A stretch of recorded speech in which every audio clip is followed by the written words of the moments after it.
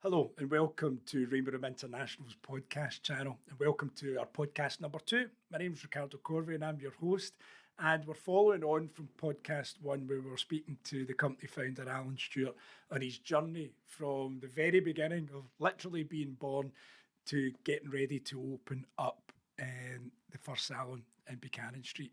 So sit back, relax, might take a while. If you've watched the first one, we're going to have you for a while and really hope you enjoy it. Right, Alan, welcome back. Good to be back. Well, for those beady-eyed viewers who've maybe noticed that the hat hasn't changed, the polo neck's no changed, the suit's the same. I'm not going to do a Lex Freeman where I'm going to wear the same outfit in every one of these podcasts. I promise I will change. But obviously, I've got you for the day, so while I have you, I want to get as much information out as possible. So we finished podcast 1 with the phone call to Dougie. Find me somewhere. I want to come home, want to come back to Glasgow.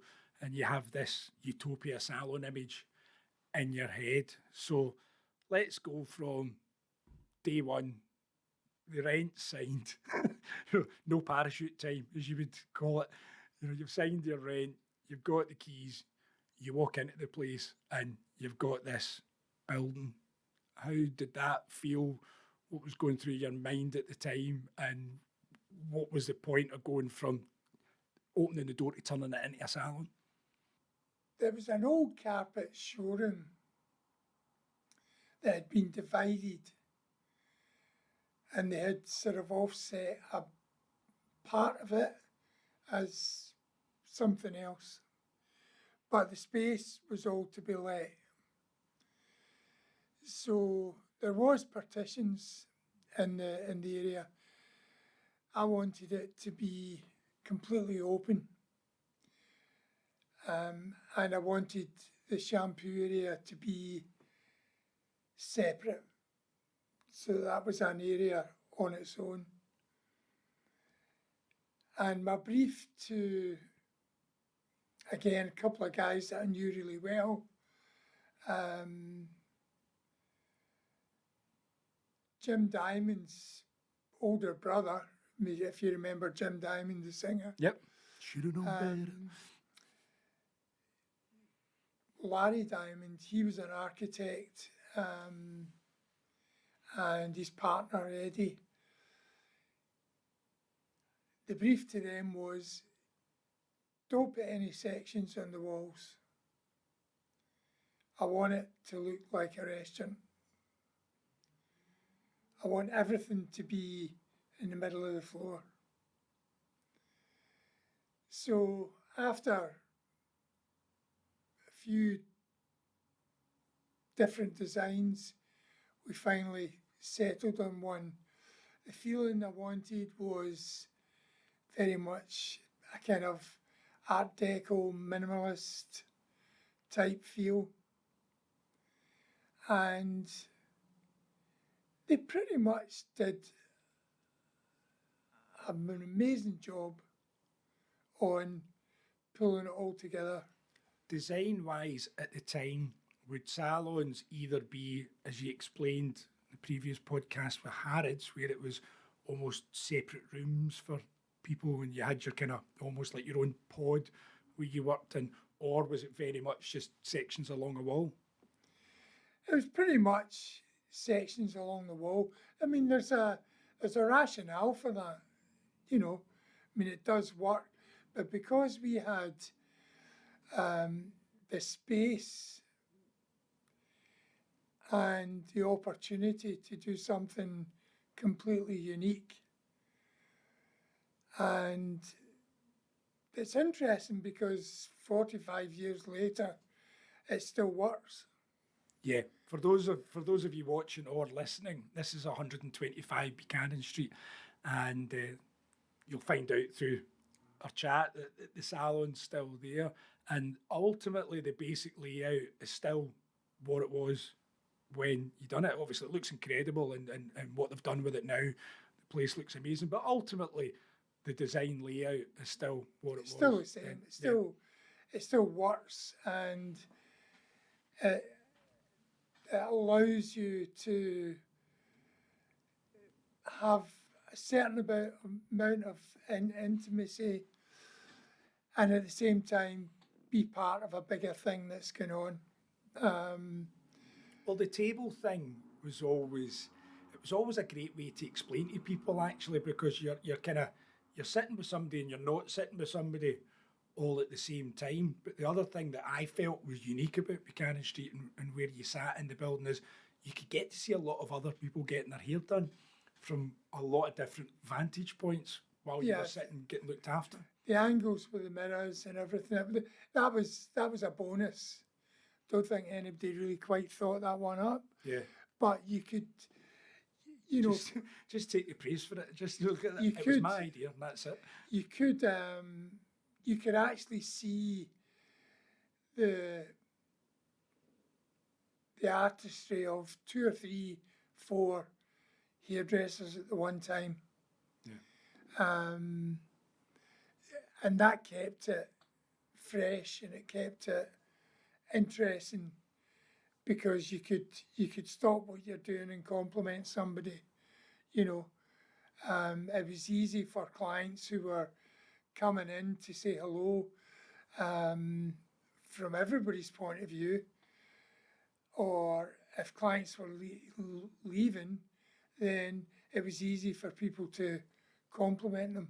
Yeah, there was no hiding either from a client experience. You were always visible from sort of start to finish.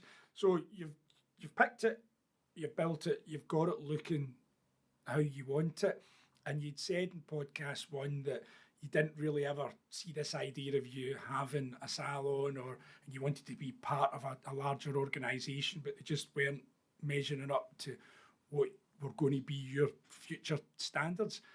But at first you put your name on the door. It was Alan Stewart Hairdressing. What was the thinking behind that? I think that initially it was what a lot of people did. And also I thought, well, if my name's downstairs in Buchanan Street, then clients will go, oh, he's back. Yeah. Yeah. And of course it's pre-internet, you're not launching it on Instagram, and you're not doing any of that, and there was no way of getting your name round there other than people walking past the sign and seeing it. Well, that didn't really work too well. Right. So quite quickly, maybe 7 or 8 months in, might have been a bit longer, a year, we just couldn't get the other stylists all that busy. What was your mindset in the people that you picked at that point? Were they folk that you knew from Glasgow previously that were kind of in your vision, or were they people that were recommended to you? And and what was the business model? Were you writing chairs to these people at that point? Were they employed under you? No, it was they were employed under me initially, and it was people that I'd either worked beside or, at some point that had actually come, and joined us. But it was really difficult to get people to come upstairs. And we struggled really pretty much from week to week. Were we making any money? And we weren't making any money. We were losing money fast. So as it happened, the manager of Harrods phoned back up and said, look, we've got a lot of clients still asking for you. Would you come back and work? And I thought, well, maybe I could come back and do 3 weeks out of every 4. Right. And at this point, it was still under the Alan Stewart banner. And it was still under Alan Stewart. So I went back to London, made the money in London to pay the wages of the staff in Glasgow, And in the week that I was back in Glasgow, we worked from 8 o'clock to 10 o'clock at night to get through all of my clients. And then I would go back to London again. And I did that for about 6 months. And then I came up with the idea of I'm going to invite all of the top hairdressers to come and join me. So everybody that had a name at that particular time in any of the salons got an invite. And I was going to introduce this self-employment type thing that Harrods did. So it's almost like a forerunner for the collectives that we're seeing now. Yeah. You're getting 3 or 4 names or session people that maybe don't have a base that they can work out on. So you were already looking at that as far back as the 80s. And we did that. Everybody came along. Everybody loved the salon. Everybody loved the concept of there was going to be it was going to be associates, if you like. The name was still up, but I went to Los Angeles with my photographer friend. I'd been working flat out, and I took a week away, and we went to Los Angeles, and we met this guy that just Laguna Beach, all he did was paint rainbows. Every conceivable rainbow that you can think of. And I thought, that's a great name. Especially because we were totally into colour. And where was the business at this point? Was it settling, or was it getting scary, or where were you at? Oh no, it was really beginning to take off. So came back, we got a guy from art school. I said, will you paint me a rainbow? And he went, oh, come on. He said, give me a bit of free rein with this. And he drew this incredible androgynous head with rainbow colours. And he went, what do you think of that? And I said, oh, that looks amazing. So we had that as our logo for many, many years.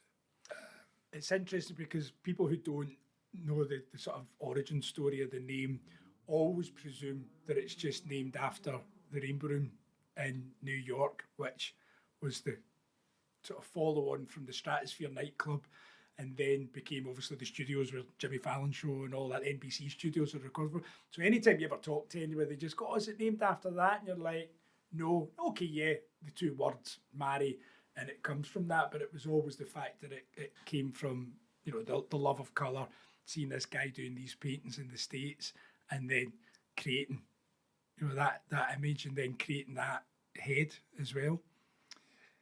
Yeah, and we never really gave it a thought. The only thing was that at the beginning, when we did change over the name, and we actually painted a bus, it was the first bus ever to be painted completely in one brand. And it had this massive head on both sides, you know, the front of the bus. People did phone up and say, could we have 6 for dinner? We got a lot of that. Right, folk thought it was a restaurant. And we just had to explain, no, it was a hairdressing salon and blah, blah, blah. But it really kind of took off really, really well. And eventually I stopped going back to London. It was full on, and basically the thing just was busy. There was... And this is about, what, 82, 83 in the timeline? Yeah. And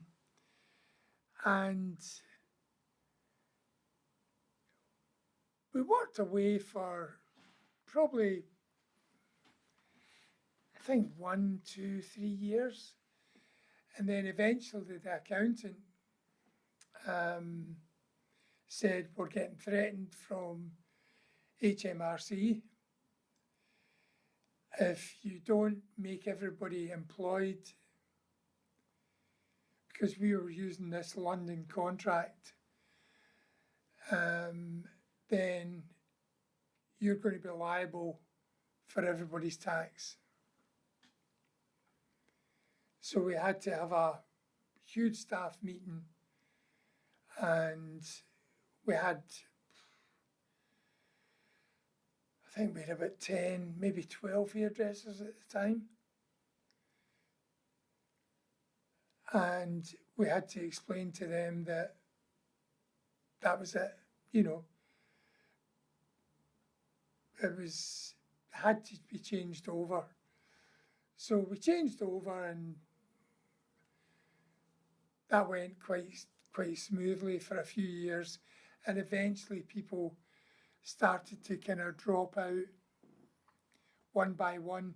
But by then we had a full training regime going, and we were producing our own people from scratch, you know, to go on the floor. And so you've almost went back to the Sturrocks period of now creating your own guys and creating a system of people that have grew up under you and understanding what you're wanting from the business. So obviously that's kind of starting point, and that shift of it initially being difficult, as most startup businesses go through, and you're getting through that kind of 5-year period to then starting to grow. So from going on the idea that you didn't want one salon, you now decided it might be a good idea to not just have one, but have two, and the brand's going to start growing. So what was the kind of thinking behind that?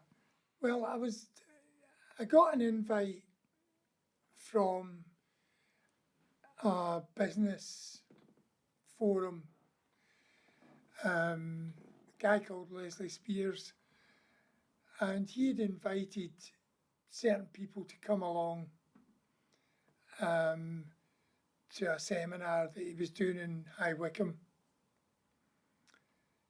And I went along to the seminar, and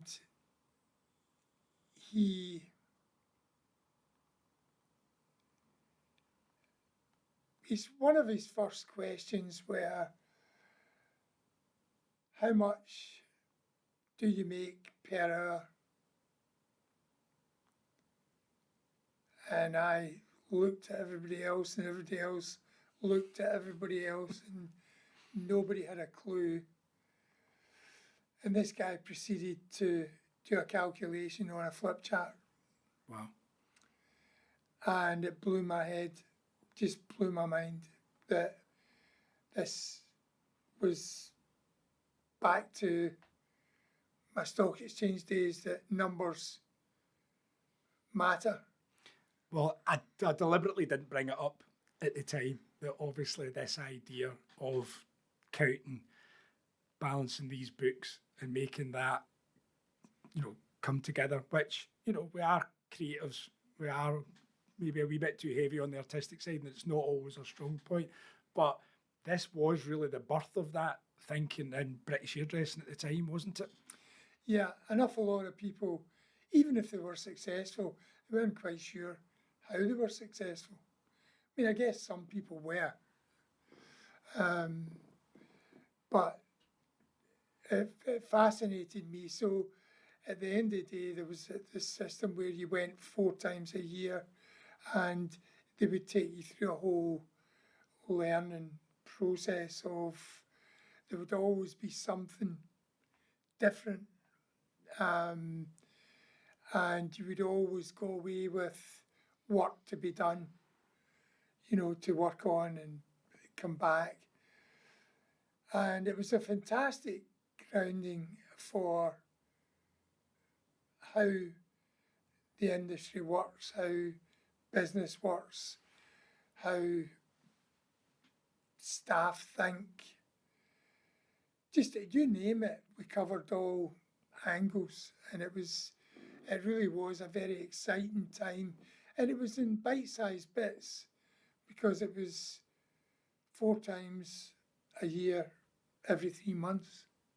And did that tie in with the same point in your thinking about this perfect visit, of the whole approach of a consultation, this thing that really hadn't been happening yet?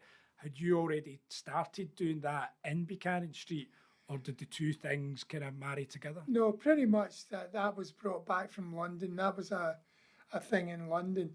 The thing that we did differently when we brought it back was we sort of understood it had to be at eye level and not through a mirror.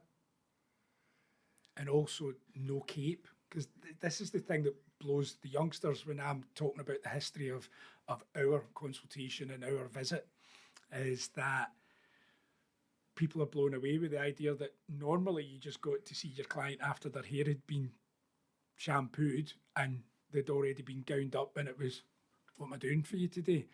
It wasn't that. You actually got to see people in their natural state, clothes that they were wearing, whether it was their work clothes or their normal clothes. No, there was a lot of that was done by a partner who was Stephen Way, a lovely guy, one of the most genuine hairdressers. His salon was in Bond Street, and he was a partner in this organisation, and he would do all the kind of artistic sort of and psychology type things of what people liked, and it made a lot of sense in doing it. But it was just such an aura from him that it was easy to learn from him. It was easy to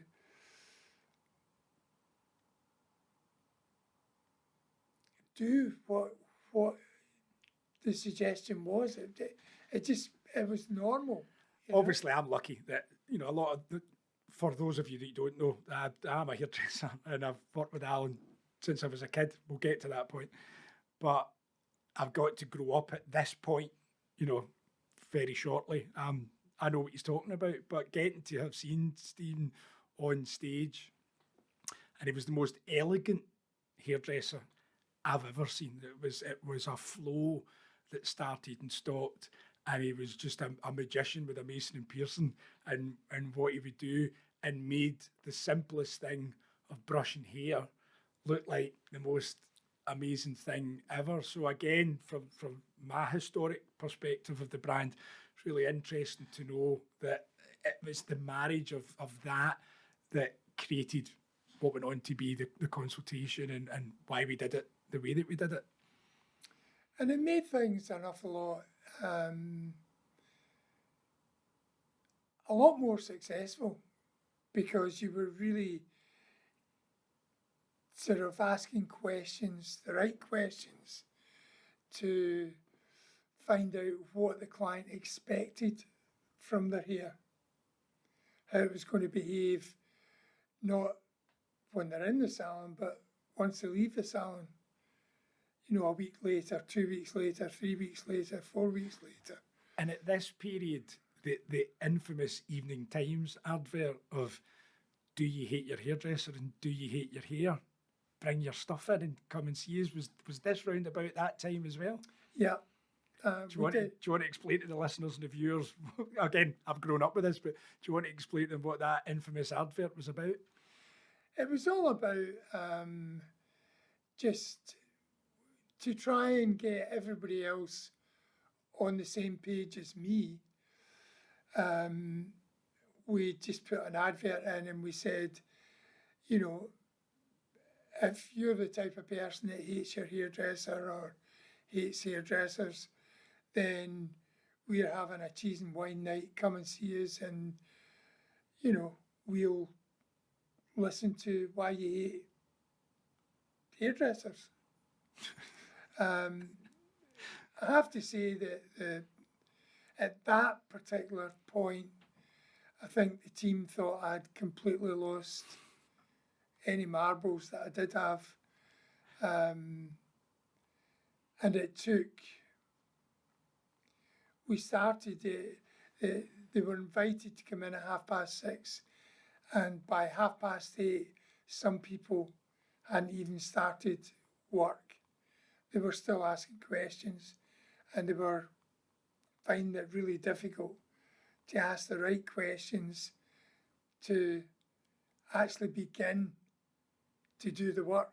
Yeah, so it really was the precursor to a consultation, because you're just getting warts and all from people that are just telling you all the stuff they don't like.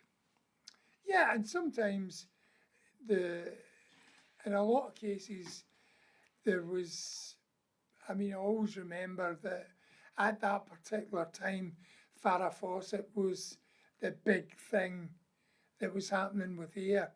It was coming in from the States, and people would say, oh, I can blow dry my hair.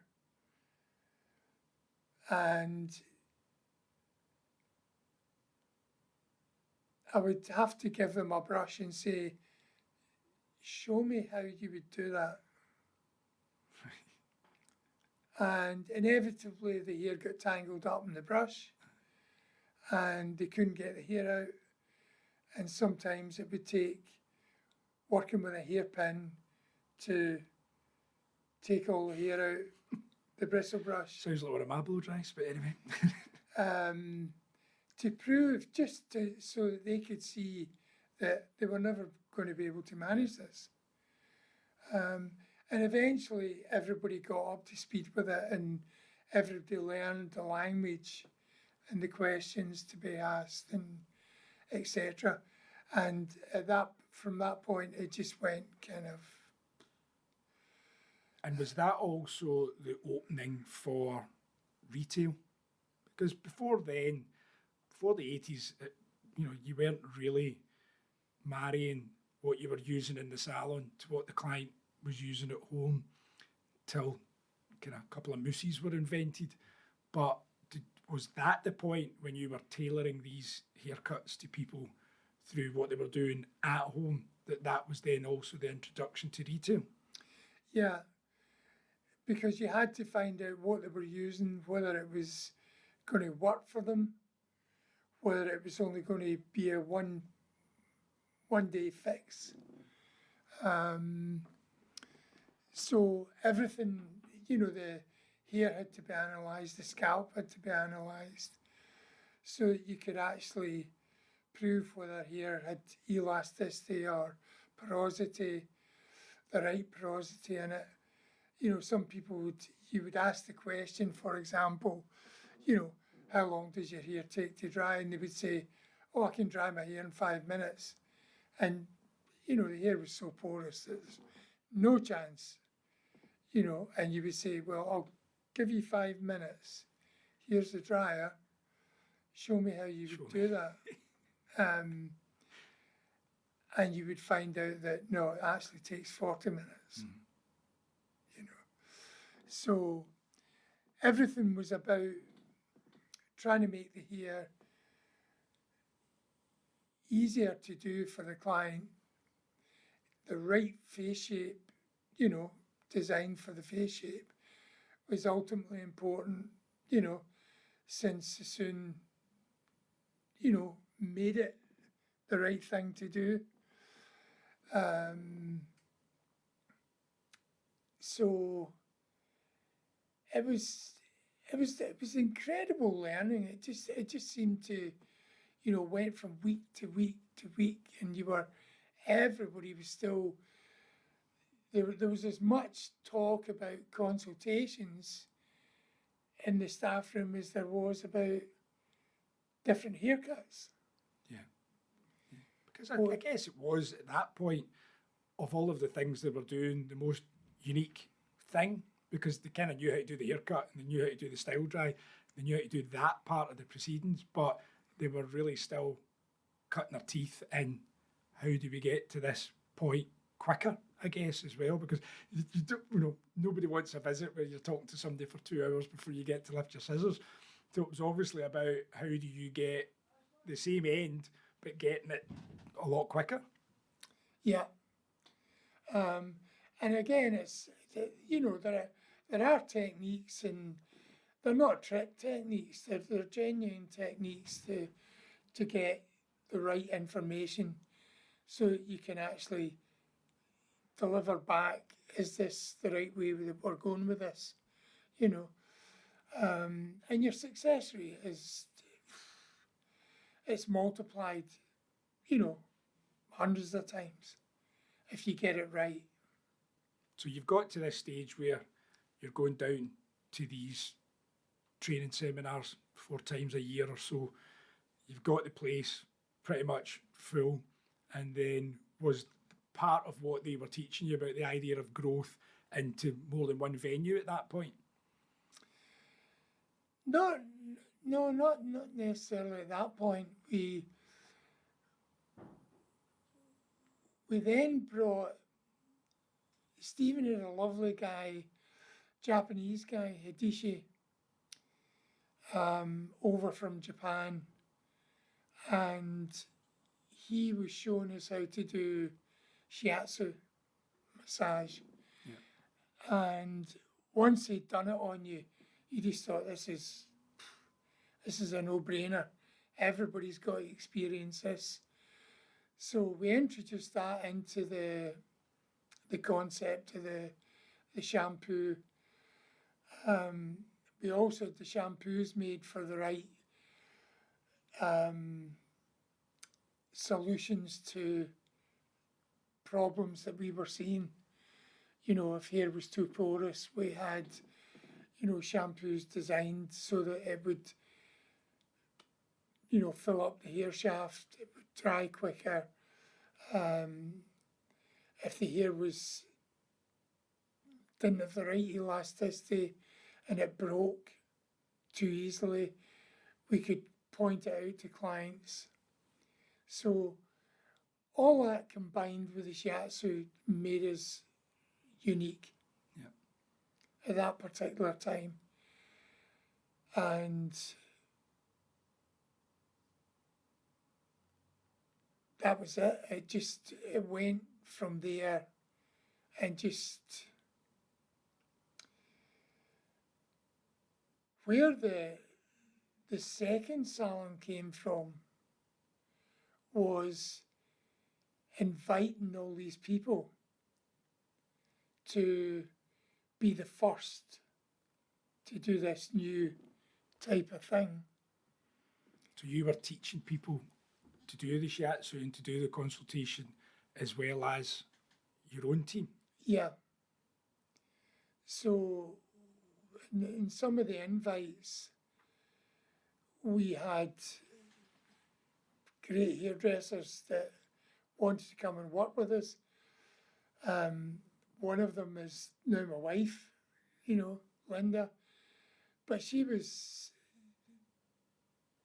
quite sharp as a young hairdresser. She quite rightly said, well, if I come and do this, where can I go? I said, well, if you come in and do it and you help us with the artistic team and you can work alongside us, and then, we'll open the salon when you're ready.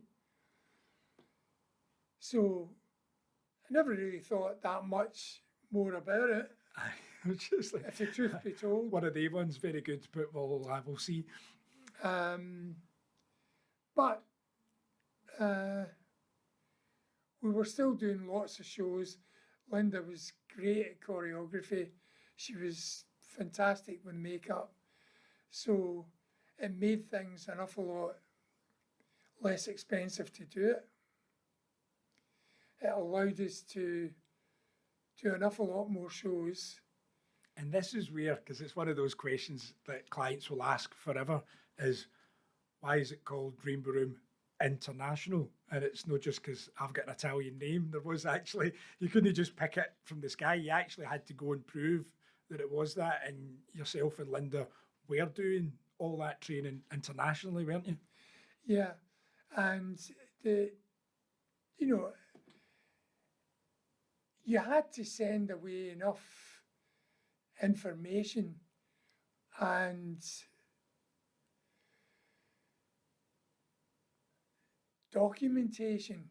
I mean, there was hundreds of pictures and show tickets, and there was a complete portfolio that was sent so that we could attach the Education International name to Rainbow Room. Mm-hmm. From an official point of view. Yeah, of course, yeah. But it all had to be checked and it all had to be gone through. And that was basically a major kudos, I guess, for us as a company. Yeah, especially as a Glasgow brand as well. You know, you're starting up in Glasgow and to be seen as worldwide.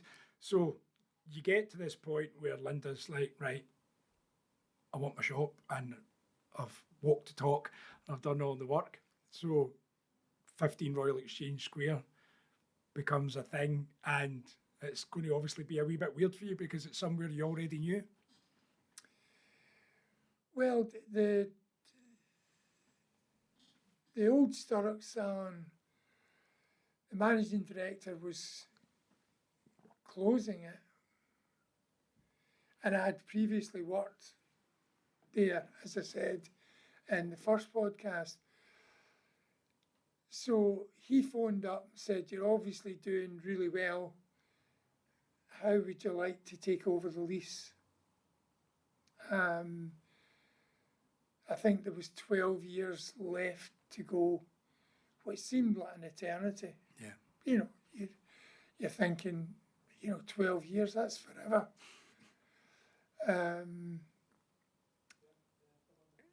So I thought, I've got the very person. Yeah. And a lot of people thought, why are they opening across the road from where they are?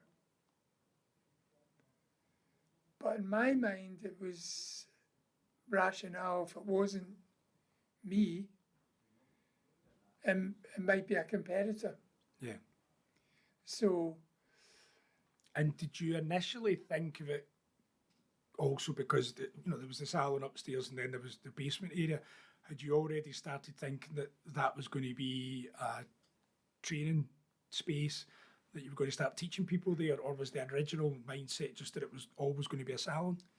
No, we designed the basement floor, which was the bigger area, so that it could be transformed quite quickly from a salon to a studio. We even had a stage built in. And the mirrors were cleverly designed with a pull-down blind and a drop-down shelf, so that when we were teaching or demonstrating, we would get rid of all the mirrors just quite quickly. And it made it much more like a seminar space. And we literally had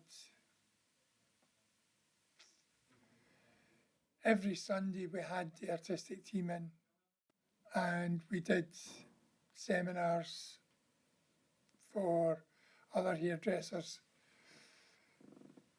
and from overseas as well. Where a lot of Japanese students would come over. They would go to London, then come up to Scotland, or come to Scotland, then go to London, because our work was getting produced in different foreign magazines. And at that point as well, so you've got Cannon Street's up and going, and you've now got 15, the salon under Linda's stewardship. You've got the academy downstairs, and obviously the education and the artistic side of the brand was always in your foremost vision. So the Alternative Hair Show is kind of born around that kind of time as well, and obviously you were one of the first groups of salons that were in the first ever one, and it became a bit of a legacy even into my time in the brand. How important was that, not only from it being for an amazing cause and a really heartfelt cause for the family that initiated it, but also to test yourself against those salons? It was a great artistic platform to have, and again, because of the whole concept of it, you know, to raise money for leukemia, it was a great idea, and people were invited, you know, top hairdressers from all over the world were invited to do it. So you were going there. I mean, it was that competition, but you're going there to compete within the shows. Yeah, you know, it wasn't, but it was. You don't want to be turning up and no wowing people. So from there, you've got Buchanan Street, you've got 15, and this is where I come into the RRI Ethra, because I was a client at 15 from 1987, 88 until basically I was just sitting there one day asking my hairdresser David at the time, how did you become a hairdresser? And he's like, well, you ask me, and then the next minute I'm sitting in front of Linda and I'm getting interviewed, and I now owe you £800 and I'm paying for my training. And as my mum and dad said, that's not a job, son, you're meant to get paid for a job. But I start to remember that period. So for me, things like the shiatsu was obviously huge, and you know, the point that people were walking around Glasgow with this funny word on their back and people not knowing even what the word was, and that tie to Japan, and then the understanding of sitting in the room as a kid in that very basement in 15 and going through my induction and being told what Kaizen management was, which was this other tie to Japan. I kept on going, there's all these constant ties to Japan, and that's before we go down the road of scissors, which for you and I to talk about scissors would be a complete other podcast, and we quite frankly probably don't have the data to record you and I talking about scissors. But can you explain what the Kaizen philosophy was and where it came in the timeline? It came in pretty much before the shiatsu, really, because just recommended reading. You were always reading or being advised to read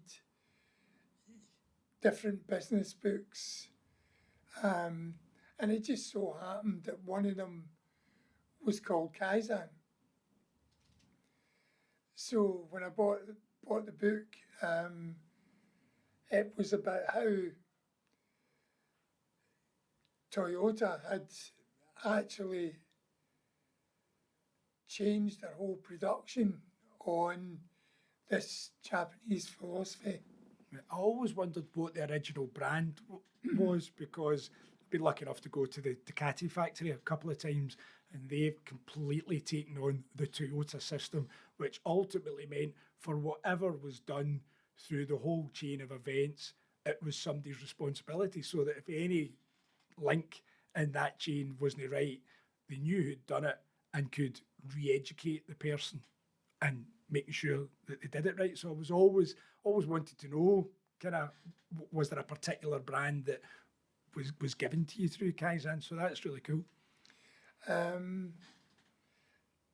It was a very simple concept of it. It's a word that doesn't transfer into English. It does, but not really, because it is a culture that exists in Japan, and essentially it just means consistent improvement. So if anything can be improved, then does it work? Does it make it better for everybody? Can it stay consistent? And if it can, will we implement it? And it was no matter how big or how small, wasn't it? It wasn't like it would be like, salon changing. It could be the smallest little cog in the wheel. Yeah, it didn't have to be big things. It could just be small things, But if it made it look better or made it work better, then you were always looking for that improvement. And ultimately, now sitting here in 2024, it was the entire marginal gain system that the British Olympic team took, and especially like Sky Cycling and the British cycling team, that right down to taking your pillows and your mattresses all around the world to have that same continual sleep, so your body was in the same standard no matter where you stayed. That's really what that was. But again, as a brand, you were doing it, mid-80s.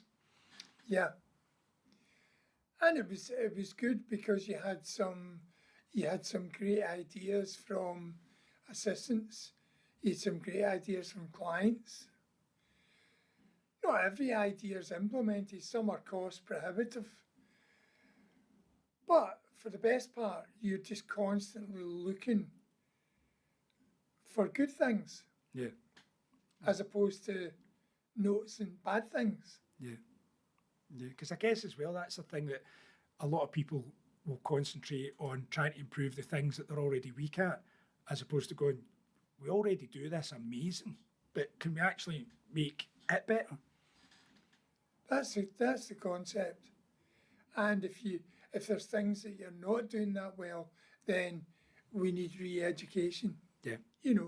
And the understanding of why that should be better, or done better. And it's ultimately now, to this day, still the core basis of everything that we do, to the point where there's obviously awards now named after it. The Self-Improvement Award is the Kaizen Awards. That's what we're constantly trying to achieve with the team. So we get to that period, we've got this unbelievable philosophy that we're working toward. We've now created this amazing consultation, and the ball's rolling. And obviously, like all businesses, there's highs and lows in all that time. There's financial good points and financial bad points, and yourself and Linda have weathered through all them to get to the point that we're now mid-90s. The brand's bouncing as far as myself as a team member can see, and you now come in and go, by the way, I bought this building, which we now know is 24 Royal Exchange Square, which even we thought you were mental at the time, just the size of this thing and the job that you took on. So again, what was the reasoning behind 24? Well, we knew that the lease was going to run out. I think we had about a year left to go. And we approached the landlords and said, we'd like to extend the lease. But they wanted the premises back. So that was a bit of a shock, because we initially thought,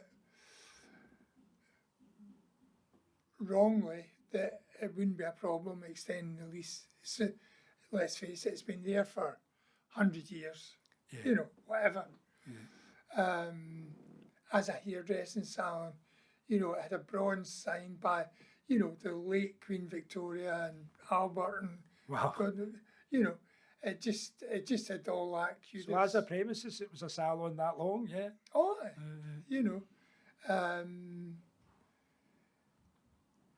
so, but that's it, in the days when we got it, you had to take the sign down because it was frightening the kids, and we wanted all the young kids, Right.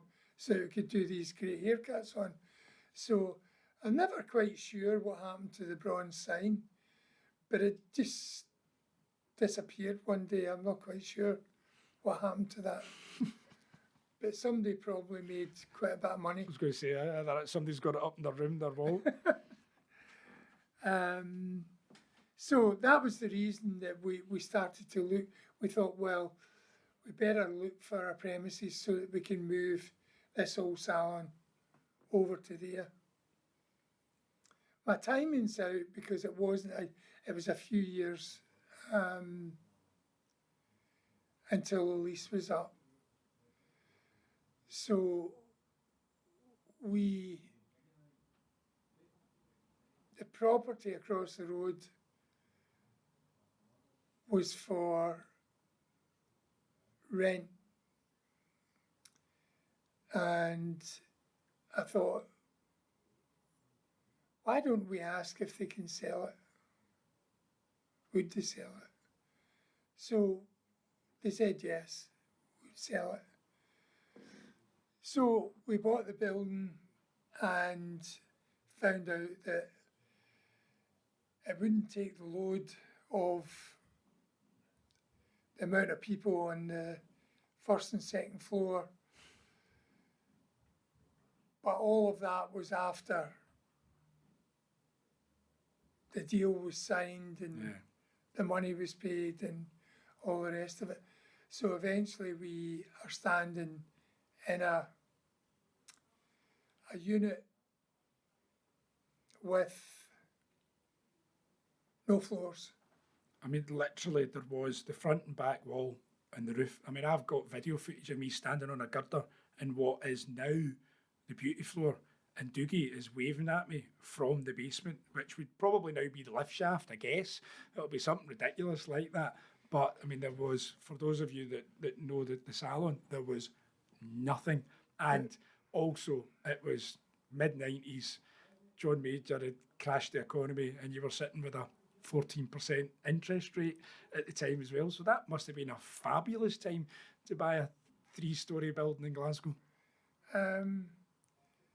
Well, it wasn't the best, that's for sure. We'll put it down to challenging. It's a challenging time. And we really had to, the architect was given a budget of, I think it was 150,000 or whatever at the time, from memory. And I'd gone on holiday and I got a phone call and it was going to cost 90-odd thousand just for the plumber. And I thought, this isn't real. Wow. Tell me it's not real. So when I came back from holiday, I sacked the architect.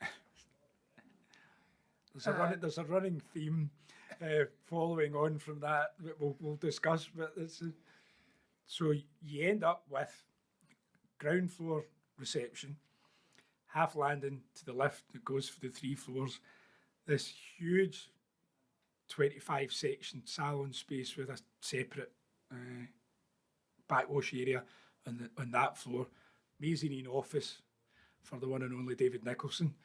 You've then got the second floor, which now became the academy at that point, and that's where the training was going through.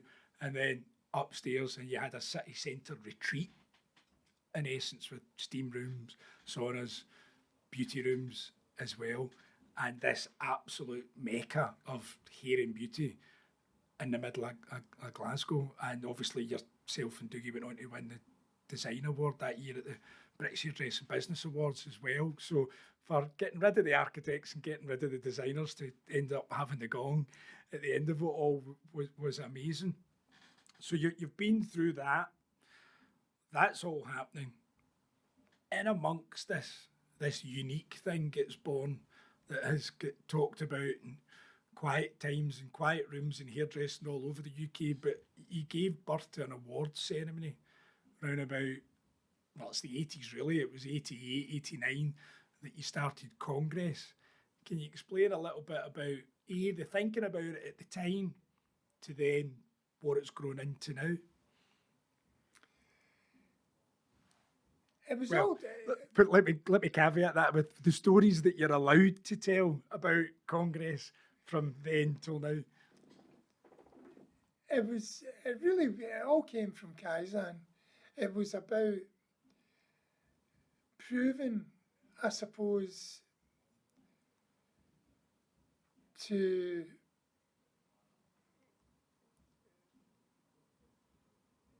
the team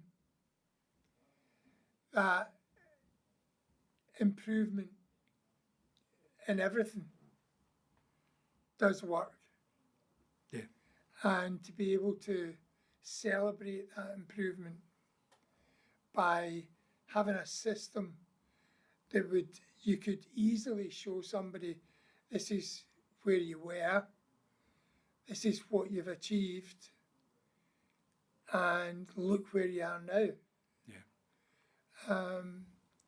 So it was all based around that Kaizen, if you like, philosophy, and making them feel that they mattered. Yeah. And that they'd done this. And celebrating it. Yeah. And they'd done this. This was something that they had done. I mean, I've given them the platform, but they've actually done this for themselves. And once people experience that, I think that's when they start to fly. Yeah. So the format was morning to mid-afternoon education, motivation, whether that was guest speakers externally from the brand, people within the brand, some sort of creative team event where we would all try and create a thing and we'd have a wee internal competition that day. Moving forward, it then became a slot for the art team, which would usually show the work that we'd produced for the awards at that time or where we thought the direction of hair was going. Then there'd be a bit of a break and then there would be dinner, the awards, live band, and then a DJ right through in various hotels throughout Scotland. Some are still here, some unfortunately aren't here anymore. And the thing was just huge. But what the light bulb thing for me from the first podcast was you talking about going from doing the bookkeeping once a month to doing it every day. I had to bite my lip at that bit because my entire career just went and fast forward to the development of our accounting book. I mean, we've got our own book where obviously we're constantly looking at our daily average and we're trying to beat our daily average, and we do it every day. We don't wait to the week because, well, you can't do anything about it come Saturday afternoon when you've counted it, but you needed to know whether you were ahead or you were behind on Thursday because you still had 2 days to do something about it, which was obviously the same as counting for the end of year bonus or whether you were counting for self-improvement. It was never about counting at the end because, as you say, you can't do anything, whereas if you were counting every day, you could do something about it. So the idea that you hadn't lifted a pair of scissors, you hadn't been to a hair show yet, you hadn't really stepped foot in a hairdressing salon, and that concept was there to fast forward to creating this entire business structure around the idea of were you better than you were yesterday, and do you know it, is amazing. That's, of all of the things that's come out of today and the previous podcast, that's a mind blower. I think it's easy to say it. You know, it's easy to say, are you better today than you were yesterday? But if you hold that concept in your head, it's quite easy to forget about it. And there's nothing to give you a shake when maybe you're just not on top form. Because we're human beings, we're not robots. You know, it's not AI, it's a body. Yeah. You know? And the body sometimes suffers, and you know, sometimes you go out and party hard, which is allowable, and sometimes you are sharp and everything seems easy, but it's not the same all the time. It changes with your biorhythms and everything else that's going on in your family life, your outside life, and we have an awful lot to deal with in terms of every single client that we do has got a different story. Yeah. Some of the stories are really good and some of the stories are not so good. And we have to have empathy with them. And we have to have, you know, the joy of it when it's something good. But we're not, as I say, we're not robots, so you need something to remind you. And it's just it's a simple mechanism of just, what did I do today? Oh yeah, I did really well. Oh, I didn't do so well. Right, okay, tomorrow. Yeah. Let's make a difference. And it was always that ethos of just one more. I mean, I've just, at the time of recording, I've just started a new stylist that's come up from down south, and she can't get her head around the idea that I think it's okay if she only does one more client the next week than she did the week before. And I'm going, yeah, but can you not understand that means you're 100% better if you only did one the week before, and just trying to flip that switch because she's really down on herself because you think, oh, I thought I was going to be going faster. And I'm going, don't worry about that. You're only in competition with yourself. And are you better than you were the week before? But the idea of it tying back to you doing that at the stock exchange is just incredible. Well, surprise, surprise, listeners and viewers, we've overran what was meant to be a very scripted mind map that was to last 2 hours has went over, and we're going to have a part 3 because, quite frankly, we don't want to rush some of this information and we want to put it across in the most comfortable, purest form. We didn't want it to be scripted. We didn't want it to feel like we had to make sure we got this bit and that bit. So we did overrun. Apologies. And if you've ever spent any time in a room with Alan and myself, then you'll know that that's probably what was going to happen.